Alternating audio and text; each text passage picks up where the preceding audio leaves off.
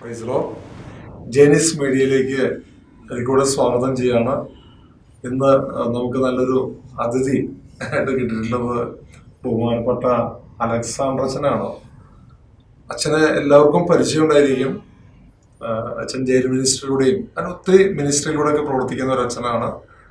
നമുക്കൊന്ന് പരിചയപ്പെടാം. അച്ഛൻ്റെ ഒന്നുകൂടി അച്ഛൻ ഇപ്പൊ എവിടെയാണോ നമുക്കൊന്ന് പറയുന്നത്. എൻ്റെ പേര് ഫാദർ അലക്സാണ്ടർ കുരിക്കാട്ടിൽ. ഇപ്പോൾ നെടുങ്കണ്ടത്ത് മേഴ്സി ഹോം എന്ന പേരിൽ ഒരു സ്ഥാപനത്തിൻ്റെ ചാർജാണ്. അവിടെ മാനസിക രോഗികളായ കുറച്ച് മക്കളുണ്ട്. മദ്യപാനം നിർത്താൻ ആഗ്രഹിക്കുന്നവർക്ക് ഷോർട്ട് സ്റ്റേ ഞങ്ങൾ കൊടുക്കാറുണ്ട്. അങ്ങനെ ഒരു 17ഓളം പേര്, കൂടാതെ എൻ്റെ കൂടെ ജോലി ചെയ്യുന്ന ശുശ്രൂഷ ചെയ്യുന്ന ലിജു അമേപ്പറമ്പിലച്ഛൻ, ബിപിൻ വടക്കേക്കുന്നേലച്ഛൻ, ഇങ്ങനെ 2 വൈദികരും ഞങ്ങൾ 3 പേരാണ് വൈദികര് അവിടെ ശുശ്രൂഷ ചെയ്യുന്നത്. ഇപ്പോൾ അച്ഛൻ നമ്മൾ ഒരുപാട് സ്ഥലങ്ങൾ അച്ഛൻ്റെ പ്രസംഗങ്ങൾ നമ്മൾ കേട്ടിട്ടുണ്ട്.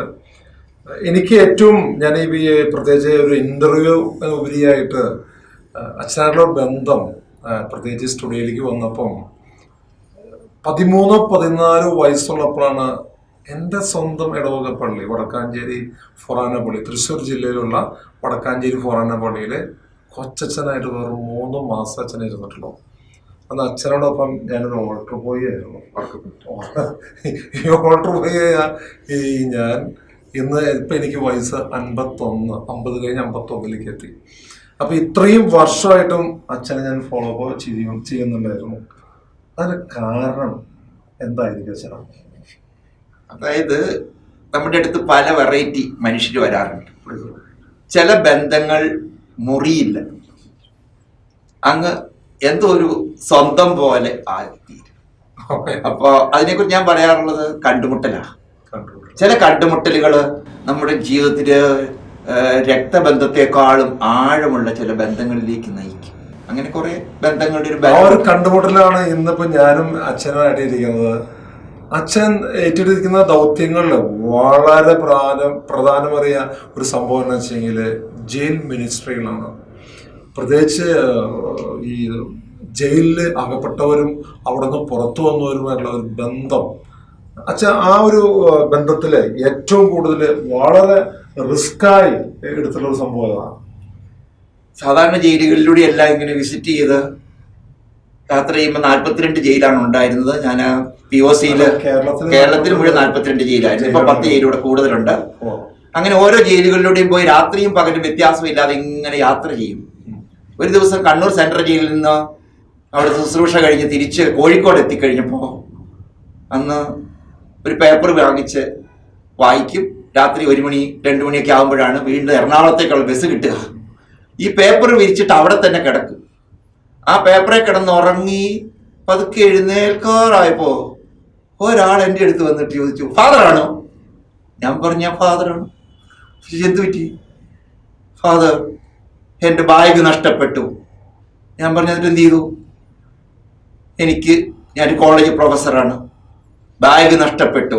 കണ്ടാൽ നല്ല ഇംഗ്ലീഷ് പറയും, സുന്ദരമായൊരു വയസ്സ് എന്ന് തടിയും മൂക്കിടിയൊക്കെ നരച്ച ഒരു മനുഷ്യൻ, ആരും കണ്ടാൽ കൊടുത്തു പോകും. ഞാൻ പറഞ്ഞെങ്കിൽ ആ പോലീസിൽ പോയി നമുക്ക് റിപ്പോർട്ട് ചെയ്യാമെന്ന് പറഞ്ഞു. പോയ വഴിക്ക് അയാൾ പറഞ്ഞു, ക്ഷമിക്കണം ഫാദർ, അയാളുടെ ജോലി ഇതാണ്. എന്നിട്ട് ഞാൻ പറഞ്ഞു, അങ്ങനെയെങ്കിൽ എൻ്റെ കൂടെ പോരാൻ പറഞ്ഞു. ഇന്നും ഞാൻ ഓർക്കുമ്പോൾ എനിക്ക് അല്പം ഉള്ളുഭയം തോന്നുവാണ്. കോഴിക്കോട് ഒരു പരിചയമില്ലാത്ത നാട്ടിൽ 4ാം നിലയിൽ ഒരു ബാർ ഹോട്ടലിൽ രാത്രി 2 മണിക്ക് ഇയാളുടെ കൂടെ ഞാൻ എൻ്റെ ബാഗും പിടിച്ചു പോവുകയാണ്, പിടിച്ചോണ്ട് വരാൻ.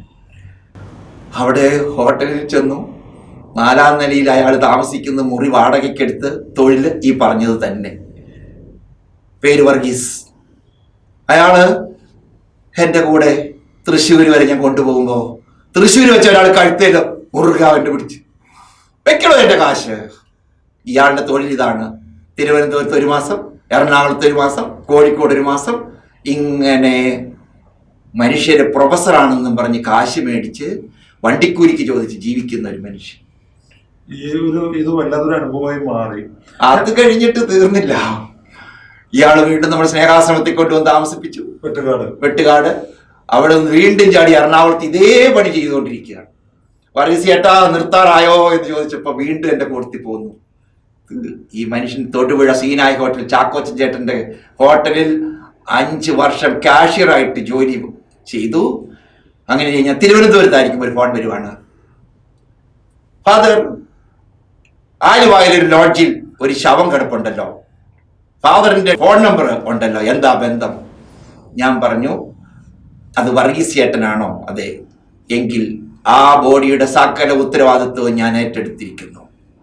തിരുവനന്തപുരത്ത് നിന്ന് ചെന്നപ്പോഴേക്കും ആലുവ ആശുപത്രിയിൽ, ഗവൺമെന്റ് ആശുപത്രിയിൽ പോസ്റ്റ്മോർട്ടവും കഴിഞ്ഞ് പെട്ടിയിൽ ആക്കി അവർ തന്നു. ഈ ശവം എന്ത് ചെയ്യും? വീട്ടുകാരെ ഞാൻ വിളിച്ചപ്പോ വന്നു ബാങ്ക് മാനേജരായ ചേട്ടൻ. അതിനേക്കാൾ എല്ലാം ഉപരിയായിട്ട് സ്വന്തം മൂത്ത ചേച്ചിയുടെ 2 മക്കളാണ് മദ്രാസിലെ പണ്ടത്തെ വിജയ് ആനന്ദ് അമൃതരാജ് ടെന്നീസ് കളിക്കാര്. ഇവിടെ കാക്കനാടുള്ള കരുണാലയത്തിലെ ഇങ്ങനെയുള്ളവർക്ക് വേണ്ടി ഒരിടമുണ്ട്. എല്ലാ സർട്ടിഫിക്കറ്റോടും കൂടി അവിടെ കൊണ്ട് വർഗീസ് ചേട്ടനെ അടക്കി. ഇന്ന് ഞാൻ ചിന്തിക്കുമ്പോൾ, അന്നിറങ്ങി ആ ബാർ ഹോട്ടലിൽ പോയത് ഓർക്കുമ്പോൾ അതിന് ഞാൻ ഇട്ടൊരു പേരുണ്ട്, അപകടം പിടിച്ച സ്നേഹം. ക്രിസ്തു സ്നേഹിച്ച സ്നേഹം അപകടം പിടിച്ച സ്നേഹമാണ്. ഈ സ്നേഹം കൊണ്ടേ ഇങ്ങനെയുള്ളവരുടെ പുറകെ രാവും പകലും മറന്ന് ഇറങ്ങിത്തിരിക്കാനും ക്രിസ്തുവിന് വേണ്ടി അവർ തേടാനും കഴിയും. Praise Lord. നേരത്തെ നമ്മൾ ഒരു വാക്ക് പറഞ്ഞായിരുന്നു, ഞാനും അച്ഛനും തമ്മിലുള്ളൊരു ബന്ധം. ഈ ബന്ധത്തിന്റെ ഏറ്റവും വലിയ പ്രധാനം ഒരു റിസ്ക് എടുക്കുന്ന ഒരു അച്ഛനാണ്. അച്ഛൻ ഞാൻ ചോദിക്കുന്നത്, നമുക്കിപ്പം കുർബാന ചെല്ലാം, അല്ലെങ്കിൽ ധ്യാനം നടത്താം, മറ്റു ശുശ്രൂഷകളൊക്കെ ചെയ്യാം. ഇത്രയും റിസ്ക് എടുത്തുള്ള ശുശ്രൂഷകൾ ചെയ്യാനുള്ള ആ ഒരു പവർ ആണ്, ഇതെങ്ങനെയാണത് നേടിയെടുത്തത്? അത് ജയിലിൽ പോയുള്ള ഈ ഒരു മിനിസ്ട്രിയിൽ ഏറ്റവും ഹാർഡ് കോർ ആയിട്ടുള്ള ക്രിമിനൽസുമായിട്ട് ജയിലിലൊരു ബന്ധം.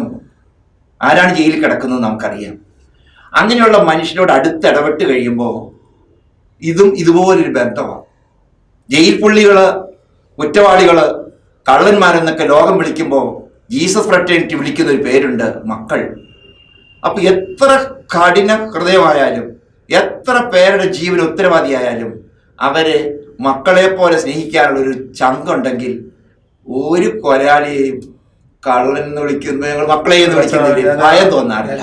ചോദിച്ചതിന്റെ അത്രമാത്രം സ്നേഹിക്കാൻ, ഈ മക്കളെ എത്രമാത്രം സ്നേഹിക്കാൻ അച്ഛൻ എങ്ങനെ കഴിയണേ ചോദിക്കും. അതിന്റെ ഉത്തരം ഒറ്റ വാക്കേ ഉള്ളൂ. എന്റെ കൺമുമ്പിൽ വരുന്ന ആരുമായിക്കൊള്ളട്ടെ, അവരുടെ കണ്ണുനീരിൽ ഞാൻ ലയിക്കും. എന്നിട്ട് അവന്റെ ദുഃഖം എന്റേതാക്കി മാറ്റും. അത് ജയിൽ പുള്ളിയോ, വാടക കൊണ്ട് നട്ടല്ലൊടിഞ്ഞതോ, മാനസിക രോഗിയോ, മദ്യപാനത്തിനും മയക്കുമരുന്നിനും അടിമപ്പെട്ടതോ ആയിക്കൊള്ളട്ടെ, ഈ നൊമ്പരവുമായിട്ട് വരുന്ന മാതാപിതാക്കൾ അല്ലെങ്കിൽ ഇതിനടിമപ്പെട്ടവരുടെ കണ്ണുനീരിൽ ഈ കണ്ണുനീരും കൂടി ലയിക്കുമ്പോൾ അവനും ഞാനും ഒന്നാകും. ഇതാണ് ക്രിസ്തു പണ്ട് നെഞ്ചുപൊട്ടി പ്രാർത്ഥിച്ചത്. അപ്പാപിതാവെ, അങ്ങേലും ഞാൻ അങ്ങയിലും ഒന്നായിരിക്കുന്നവർ ഇവരും തമ്മിൽ ഒന്നായിരിക്കാൻ വേണ്ടി പ്രാർത്ഥിക്കുന്നു. ആ പ്രാർത്ഥനയിൽ നമ്മൾ ലയിച്ചാൽ നമ്മളും ഇറങ്ങും. അച്ഛൻ വേറൊരു കാര്യം പറയാം. അച്ഛനെ കുറിച്ച് ഞങ്ങള് വേറെ കേട്ടില്ല എന്ന് വെച്ചാൽ, ഞാൻ എന്റെ വ്യക്തിപരമായ ഒരു ബന്ധം ഉണ്ടായിരുന്നു. വെച്ച് ഒരുപാട് മദ്യപാനത്തിന് അടിമപ്പെട്ട വ്യക്തികളെ രക്ഷിച്ചെടുക്കാൻ ഒരു ഫോർമുല അച്ഛനെ ഉണ്ടെന്ന് പറയുന്നത്. ഇതന്നെ ഫോർമുല. മദ്യപാനികളുടെ ആ അവസ്ഥയെ കുറിച്ച് പറയുമ്പോൾ പല അനുഭവത്തിൽ നിന്ന് ഞാൻ പഠിച്ച ഒന്ന്, ഈ മദ്യപാനികൾക്ക് ചിലർക്ക് ഏൽക്കും. ഫോർമുല എന്ന് പറയുന്നത് പ്രത്യേകമായിട്ട് ഞാൻ പറയുന്നത് ഇത്രയേ ഉള്ളൂ, ചിലർക്ക് ചിലതേൽക്കും. ഉദാഹരണത്തിന് ചിലർക്ക് നമ്മുടെ ട്രീറ്റ്മെന്റ് മതി, ചിലർക്ക് മരുന്ന് മതി, ചിലർക്ക് രോഗം മതി. ഒരു മോൻ അപ്പനിട്ട് ഒരടി കൊടുത്തിട്ട് പറഞ്ഞ ഡയലോഗ് ഇന്ന് ഞാൻ ഓർക്കുന്നു. എടോ, താൻ ഇത്രയും നാൾ വിട്ട് തല്ലിയത് തന്റെ പെണ്ണിനെയാ, അടി കൊണ്ടത് എൻ്റെ അമ്മയാ. ആ അടി അത് ലാസ്റ്റാ, അതോടെ ആ കുടി നിന്നു. അതിന്റെ അർത്ഥം മക്കളെല്ലാം പിടിച്ച് അപ്പനെ തല്ലണമെന്നല്ല. ചിലർക്ക് ചിലതേൽക്കും. അപ്പോ ചിലർക്ക് ചില മരുന്ന്, ഇപ്പൊ തന്നെയുള്ള ചില മരുന്നുകളുടെ പ്രയോഗം കൊണ്ട് അനേകം പേർക്ക് അതിൽ നിന്നും മോചനം കിട്ടുന്നുണ്ട്. ഗവൺമെന്റിന്റെ അംഗീകാരത്തോട് കൂടിയുള്ള ആയുർവേദിക് പ്രോഡക്ട്സ് ഉണ്ട്. അത് കൊടുത്ത് ഒത്തിരി കുടുംബങ്ങൾ രക്ഷപ്പെടും. അത് 1 മാസത്തേക്കുള്ള മരുന്ന് കൊടുക്കും. എനിക്ക് ഏറ്റവും മരുന്ന് കൊണ്ട് രക്ഷപ്പെട്ട ഒരു കേസ്, ആലുവ ഭാഗത്തുള്ള ഒരു ഫ്ലാറ്റിൽ ഒരമ്മ കഞ്ചാവിന് അടിമപ്പെട്ട മകനെ വേണ്ടി ഞാൻ ഈ പറയുന്ന കഞ്ചാവിനുള്ള രാജസ്ഥാൻ ഔഷധാലയയുടെ ഒരു പ്രോഡക്റ്റ് ഉണ്ട്, കൊടുത്തു. കഞ്ചാവിൽ നിന്ന് മോചനം കിട്ടി. പക്ഷേ ആ സഹോദരി അമ്മ എന്നെ വീണ്ടും വിളിച്ചിട്ട് പറഞ്ഞു, അച്ഛോ അവൻ കഞ്ചാവടി നിർത്തി, അല്പം വീടിയും കൂടെ വലിക്കും, അതിനും കൂടെ അല്പം മരുന്ന് വേണം ചോദിച്ചിട്ട് എനിക്ക് വെളിപ്പെടുത്തിയ ഒരു സത്യമുണ്ട്. ഞാൻ നടുങ്ങിപ്പോയി. ഈ മകൻ, കഞ്ചാവിന് അടിമപ്പെട്ട മകൻ വീട്ടിലേക്ക് കയറി വന്നു കഴിഞ്ഞാൽ ഒന്നുകിൽ ടി വി, അല്ലെങ്കിൽ ടീപ്പോയി, അല്ലെങ്കിൽ അതിൽ ജനൽ ചില്ലുകളോ അടിച്ചു പൊളിക്കുക.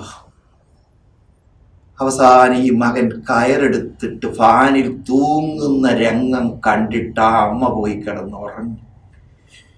ഞാൻ പറയും, നിങ്ങളാണോ ആ മോനെ പ്രസവിച്ചത് എന്ന് പച്ചയ്ക്ക് ചോദിച്ചപ്പോ പറഞ്ഞു, അച്ഛോ സമയമുണ്ടെ കേട്ടോ, ഇവൻ ഈ ഉദരത്തിലായിരുന്ന സമയത്ത് ഇവന്റെ അപ്പൻ മരിച്ചതാച്ചോ. അന്ന് എനിക്ക് 23 വയസ്സേ ഉള്ളൂ. പട്ടിണി കടന്ന് മൂത്ത 2 പെൺകുട്ടികളും കൂടെ ഉണ്ട്, തീറ്റിപ്പോറ്റി വളർത്തിയെടുത്തതാ. അങ്ങനെ വിശപ്പിന്റെ നൊമ്പരം അറിഞ്ഞ് ജീവിച്ച ഈ ഒരു കുടുംബജീവിതത്തിൽ ഭർത്താവില്ലാത്ത ഇതിനെ തീറ്റിപ്പോറ്റിയിട്ട് അവൻ തൂങ്ങട്ടെ എന്ന് വിചാരിച്ചുകൊണ്ട് ഞാൻ പോയി കിടന്നുറങ്ങി. പ്രസവിച്ചു കിടന്ന മകളോട് പറഞ്ഞു, നീ ഉറങ്ങിക്കോ. പക്ഷെ നേരം വെളുത്തപ്പോ അവന്റെ കാലൊരു മേശയിൽ കിട്ടി. അല്പം മുറിഞ്ഞേ ഉള്ളൂ. അഴിച്ചിറക്കി അവൻ സ്വയം അഴിച്ച് വന്നു കിടന്നുറങ്ങുക. ഉമ്മ എന്ന് ചോദിച്ചു, നീ മരിച്ചില്ലടാ? ഇല്ല. ഞാൻ ഓർക്കുകയായിരുന്നു, ഒരു മൃഗം, ആനയാകട്ടെ ആടാകട്ടെ കോഴിയാകട്ടെ, കുഞ്ഞിന് എന്തെങ്കിലും പറ്റിക്കഴിയുമ്പോ നോക്കി നിൽക്കില്ല. ഈ മനുഷ്യ സ്ത്രീ പറഞ്ഞു, മടുത്തിട്ടാണച്ചോ. ഇതൊരമ്മയുടെ മാത്രം നിലവിളിയല്ല. മദ്യത്തിനും മയക്കുമരുന്നിന് അടിമപ്പെട്ട് 100 കണക്കിന് ചെറുപ്പക്കാരെ. എന്നിട്ട് അമ്മ പറഞ്ഞൊരു വാക്കോടെ, ഇന്ന് ഏതെങ്കിലും ഒരു ബാപ്പയോ ഉമ്മയോ അല്ലെങ്കിൽ അപ്പനോ അമ്മയോ അച്ഛനോ സ്വന്തം മകനെ വെട്ടിക്കൊന്നു എന്ന് കേട്ട് കഴിഞ്ഞാൽ, അച്ചോ ഞാൻ നടുങ്ങില്ലച്ചോ എന്നും കൂടെ പറഞ്ഞപ്പോ ഞാൻ ഓർത്ത് ഇതിന്റെയൊക്കെ രൂക്ഷത എത്ര വലുതാണെന്ന് ഓർത്തു. അച്ഛനിങ്ങനെ ഒരുപാട് അനുഭവങ്ങൾ അച്ഛന് കിട്ടുന്നുണ്ട്. അച്ഛന് ചില പ്രസംഗങ്ങള് വേറൊരു കാര്യം ഞാൻ പറഞ്ഞു കേട്ടിട്ടുണ്ട്. അച്ഛൻ മരിക്കുന്ന സമയത്ത് ഒരു വാചകം എഴുതി വെക്കണം. അതൊന്നും പറഞ്ഞ സംഭവം അത്രേ ഉള്ളൂ. അച്ഛനായിട്ട് 37 വർഷമായല്ലോ. 1-ാം വർഷം ഏത് സ്പീഡിൽ ഓടിയോ അതേ സ്പീഡിൽ ഈ 37-ാം വർഷവും 37 വർഷം പൗരോഹിത്യം സ്വീകരിച്ചിട്ട് അതേ സ്പീഡിൽ ഇന്നും ഓടാൻ കഴിയുന്നുണ്ട്. ഇന്ന് രാവിലെ 6:30 നെടുങ്കണ്ടത്ത് നിന്ന് പോകുന്നതാ. 4.5 മണിക്കൂർ യാത്രയുണ്ടായിരുന്നു. ഇവിടെ എത്തി. ഇനി ഇന്ന് തിരിച്ച് പറ്റിയാലാകുമ്പോൾ എത്തും. അപ്പൊ ഇത്രയും വണ്ടി ഓടിച്ച് തന്നെ ഈ കേരളം മുഴുവനും ഓടാനുള്ള ശക്തി കിട്ടിയതിന്റെ വെളിച്ചത്തിൽ ഞാൻ ഓർത്ത് മരിക്കുമ്പോ കല്ലറയുടെ മുകളിൽ എന്തെഴുതണമെന്ന് ചിന്തിച്ചപ്പോ ഞാൻ ഓർത്തു, മടുത്താലും മടുക്കാതെ തളർന്നാലും തളരാതെ മുകളിൽ എഴുതി വെക്കും. അതിന്റെ അടിയിൽ കിടക്കുന്നവൻ ഓടുകയായിരുന്നു. ചിലപ്പോ ഓർക്കാറുണ്ട്, ഇവിടെ കിടക്കും, മടുത്താലും മടുക്കാതെ തളർന്നാലും തളരാതെ ഈ അടിയിൽ കിടക്കുന്നവൻ ഓടുവായിരുന്നു. അതാണ് അർത്ഥം. ഇനി അടിയിൽ കിടന്നു ഓടുവോ? അവിടെ കിടന്ന് ഓടാണ്ട് ചിലപ്പോ അവർക്കൊരു മൊബൈൽ ഫോണും കൂടി ആ ചെവിയുടെ അടുത്ത് വെച്ചില്ലെങ്കിൽ ഈ നിലവിളിക്ക് എന്ത് ഉത്തരം കൊടുക്കുമെന്ന് ചിലപ്പോഴൊക്കെ ഞാൻ ചിന്തിച്ചു പോയിട്ടുണ്ട്. കാരണം ഈ മൊബൈൽ ഫോണിന്റെ ശബ്ദം നിലയ്ക്കുമല്ലോ ഒരു കാലത്ത്. അന്ന് മറുപടി കൊടുക്കാൻ മരിച്ചു കഴിയുമ്പോൾ ആ കല്ലറയിൽ ഒരു മൊബൈൽ ഫോണോടെ വെച്ചേക്കേണ്ടി വരുമോ എന്ന് ചിലപ്പോഴൊക്കെ ഓർത്ത് പോയിട്ടുണ്ട്. ഒരാളോട് ചോദിച്ചു, അച്ഛൻ മരിക്കാറായോ എന്ന് ചോദിച്ചു. ഞാൻ എന്ത് ചെയ്യും, മരിച്ചു കഴിഞ്ഞാൽ ആരുണ്ട് ഞങ്ങൾക്ക് ഇത് സഹായിക്കാനെന്ന് ചോദിച്ചിട്ടുണ്ട്. കല്ലറയിൽ മൊബൈൽ ഫോണും വേണം. കല്ലറയിലല്ല, കുഴിയില് വരും. എന്തായാലും നല്ലൊരു ആശയമാണ്. കാരണം പ്രവർത്തിക്കുന്നവര് പറഞ്ഞില്ലേ, അവിടെ പരിശുദ്ധാത്മാവിന്റെ ശക്തമായ ഇടപെടലുണ്ട്. പ്രത്യേകിച്ച് എന്ന് പറഞ്ഞു കഴിഞ്ഞാൽ എല്ലാത്തവൻ എന്താ പറയാ വെറുതെ ഇരിക്കലുള്ളൂ. പക്ഷെ ആത്മാവിന്റെ പ്രവർത്തനം കടന്നു കഴിഞ്ഞാൽ ആ വ്യക്തിക്ക് ഒരു നിമിഷം പോലും വെറുതെ ഇരിക്കാൻ സാധിക്കില്ല. അവൻ ചോദിക്കുന്ന വെച്ചാൽ ദിവ്യകാരുണ്യവുമായി, ഈശോയുമായി, അല്ലെങ്കിൽ പരിശുദ്ധ അമ്മയുമായിട്ടുള്ള ഒരു ബന്ധം എങ്ങനെ വെച്ചാൽ അത് ഇത്രയേ ഉള്ളൂ. വിശുദ്ധ കുർബാനയുടെ മുമ്പിൽ ശാന്തമായിട്ട് കുറച്ചു നേരം ഇരുന്ന് കഴിയുമ്പോൾ ചൂട് കിട്ടും. ആ ചൂട് കിട്ടിക്കഴിയുമ്പോൾ അവിടെ അങ്ങ് ഇരുന്ന് നമുക്കൊരു ലയനം കിട്ടും. അത് എപ്പോഴും എനിക്ക് ചങ്ക് പറിക്കുന്ന പോലെ ഒരു അനുഭവം എപ്പോഴും കിട്ടാറില്ല കേട്ടോ. അതൊരു പ്രത്യേക ഒരു അനുഭവം, അത് പേഴ്സണൽ എക്സ്പീരിയൻസ് ആണ്. ആ ഒരു അനുഭവത്തിന്റെ ഒരു ചൂട് ലഭിക്കുമ്പോഴാണ് മറ്റുള്ള പ്രവർത്തനങ്ങളിലേക്ക് ഓടി പ്രവർത്തിക്കാൻ സാധിക്കുന്നത്. ഞാൻ ചോദിക്കുന്നത്, അച്ഛനിങ്ങനെ ഈ ജയിലും അല്ലെങ്കിൽ കഞ്ചാവും മയക്കമരുന്നിനൊക്കെ ഇടപെട്ട് വ്യക്തികളുടെ പിന്നാകുമ്പോൾ ഏതെങ്കിലും തരത്തില് പോലീസ് കേസുകളും കൂട്ടുണ്ടാകും? പോലീസ് കേസുകൾ എന്ന് പറഞ്ഞു കഴിഞ്ഞാൽ പോലീസുകാരുമായിട്ട് നമുക്ക് എപ്പോഴും ഒരു ബന്ധം വേണം. ചില ഹയർ ഓഫീസേഴ്സുമായിട്ടൊരു ബന്ധം നമുക്ക് എപ്പോഴും ആവശ്യമുണ്ട്. കാരണം ഇന്നത്തെ കാലം അതാണല്ലോ. അപ്പൊ അത് നന്മയാ. ഇങ്ങനെയുള്ള കാര്യം വരുമ്പോൾ ഒന്ന് വിളിക്കാനും പറയാനും നമ്മൾ അറിയുന്ന ഒരു ഹയർ ഓഫീസേഴ്സ്. അതുപോലെ തന്നെ നമുക്ക് ഒരുപാട് ഉപകാരങ്ങൾ അച്ഛൻ ചെയ്തു കഴിഞ്ഞിട്ടുണ്ട്. ഞാൻ ചോദിക്കുന്നത്, ഏതെങ്കിലും തരത്തിലുള്ള ആക്രമണം അല്ലെങ്കിൽ അടി അതൊന്നും കിട്ടിയിട്ടുണ്ടോ? അടി കിട്ടിയിട്ടില്ല, പക്ഷേ മരണത്തിന് മുമ്പിൽ ഞാൻ മരവിച്ച് നിന്ന രാത്രിയുണ്ട് എനിക്ക്. ജനുവരി 1, 2000. 21 വർഷം മുമ്പ്. കൃത്യം വർഷം മണിക്കൂർ, ചില ജീവിതത്തിൽ ചില മണിക്കൂറുകളും ചില സമയവും നമ്മൾ ഓർത്തിരിക്കുമല്ലോ. ഈ പട്ടം കിട്ടിയ ദിവസം എനിക്ക് മറക്കാനാവാത്തതുപോലെയാണ് അന്നത്തെ ആ ഒരു രാത്രി. നമ്മൾ തന്നെ രക്ഷപ്പെടുത്തിയ ഒരു 3 പേര് ജയിൽ പുള്ളികൾ രാത്രി കയറി എങ്ങനെയോ ആശ്രമത്തിന്റെ അകത്ത്. ഞാൻ രാത്രി 1 മണിക്ക് വരുമ്പോ ഇവരകത്തുണ്ട്. തോമസ് ആണ് ചുറ്റിക പിടിച്ചിരുന്നത്. എറണാകുളത്ത് പത്തിരിപ്പാലത്ത് ജയിൽ പുള്ളികളുടെ റീഹാബിലിറ്റേഷൻ സെന്ററിൽ വെച്ച്. അപ്പൊ ഈ ചുറ്റിക എടുത്തിട്ട് നേരെ മുഖത്ത് നോക്കി തോമസ് പറയാണ്, തട്ടിക്കളയും. അപ്പോ ഞാൻ അങ്ങനെ അങ്ങ് നിന്നുപോയി, അവന്റെ നേരെ നോക്കി നിന്നു. അപ്പോ ഏകദേശം നമ്മുടെ ജീവിതം അങ്ങ് തീരുന്ന പോലൊരു രാത്രിയായിട്ട് അതങ്ങ് തോന്നുന്നു. എൻ്റെ അനിയന്റെ പട്ടമാണ് ജനുവരി 8-ാം തീയതി, ഇത് 1-ാം തീയതിയാ. അപ്പോ മക്കളെ, നിങ്ങളെന്താ ഈ രാത്രി ഇവിടെ എന്ന് ഉള്ള ധൈര്യം സംഭരിച്ച് ഞാൻ ചോദിച്ചപ്പോഴാണ് തോമസ് പറയുന്നത്, തട്ടിക്കളയും. അവർ കഞ്ചാവിനോ മയക്കുമരുന്നിനൊക്കെ അടിമയായി സെന്ററിൽ നിന്ന് പുറത്താക്കിയതിന്റെ വൈരാഗ്യം തീർക്കാൻ വേണ്ടിയിട്ട് കുടിച്ചു കയറി വന്നതാ. ഞാൻ നേരെ പുറകോട്ട് നടക്കുക, ഇവരെ നോക്കിക്കൊണ്ട് തന്നെ നടന്ന് വാതിലിന്റെ അവിടെ എത്തിക്കഴിഞ്ഞപ്പോഴത്തേക്കും ഒരുത്തൻ പതുക്കെ വന്നു. പിടിച്ചിട്ട് എനിക്ക് നല്ല ഓർമ്മയിൽ ഞാൻ വീണു. ഒരു ഓട്ടോ ഓടി എന്ന് പറഞ്ഞാൽ കളമശ്ശേരി പോലീസ് സ്റ്റേഷൻ വരെ ഓടി, ചെരുപ്പില്ലാതെ. ആ ഓട്ടത്തിൽ ഉറക്കെ ഒരു മനുഷ്യനെ കൊല്ലുമ്പോൾ അവൻ കരയുന്ന കരച്ചിലും കരഞ്ഞുകൊണ്ടാണ് ഞാൻ ഓടുന്നത്. അപ്പൊ ചെരുപ്പെടുക്കാരൊക്കെ മറക്കൂല്ലോ. പത്തടിപ്പാലത്ത് നിന്ന് 1 കിലോമീറ്ററോളം ഉണ്ട് ഓടി. പുറകോട്ടൊന്ന് തിരിഞ്ഞു നോക്കിയെങ്കിൽ അത്ര സ്പീഡിൽ ഓടണ്ടായിരുന്നു. എന്റെ ഓർമ്മ ഇവർ വരുന്നു എന്നാണ്. അപ്പൊ എന്തായാലും അച്ഛന്റെ ഈ ഒരു ബന്ധം, പ്രത്യേകിച്ച് വളരെ റിസ്ക് എടുത്തുകൊണ്ടുള്ള ഇങ്ങനെയുള്ള ശുശ്രൂഷകളെ, കാരണം 64 വയസ്സായിട്ടും ഇപ്പൊ കാസർഗോഡ് നിന്ന് ഫോൺ വിളി വന്നു കഴിഞ്ഞാൽ അപ്പൊ അവിടേക്ക് ഓടും. ഒരു പേടിയില്ല, സ്വന്തം സെൽഫ് ഡ്രൈവ് ചെയ്തുകൊണ്ട്. ഇങ്ങനെയുള്ള ഒരു വൈദികര്, പ്രത്യേകിച്ച് അൽമായർക്കും അല്ലെങ്കിൽ സമൂഹത്തിനൊക്കെ വളരെ അനുഗ്രഹമായി മാറിക്കൊണ്ടിരിക്കുക. എന്തായാലും അച്ഛനെ കണ്ടുമുട്ടിയതിനും ഈ വളരെ കുറച്ച് സമയം അച്ഛൻ്റെ വിലയേറിയ സാക്ഷ്യം അല്ലെങ്കിൽ അനുഭവം ജെനിസ് മീഡിയയിലൂടെ ലക്ഷക്കണക്കിന് ആൾക്കാർക്ക് പങ്കുവയ്ക്കാൻ കഴിയുന്നതിലും ഞങ്ങൾ വളരെ സന്തോഷപ്പെടുന്നു. ഒപ്പം തന്നെ അച്ഛൻ ഞങ്ങൾക്ക് വേണ്ടി ഇത് കണ്ടുകൊണ്ടിരിക്കുന്ന വ്യക്തികൾക്ക് കൊണ്ടൊന്ന് പ്രാർത്ഥിച്ച് അവസാനിപ്പിക്കാം.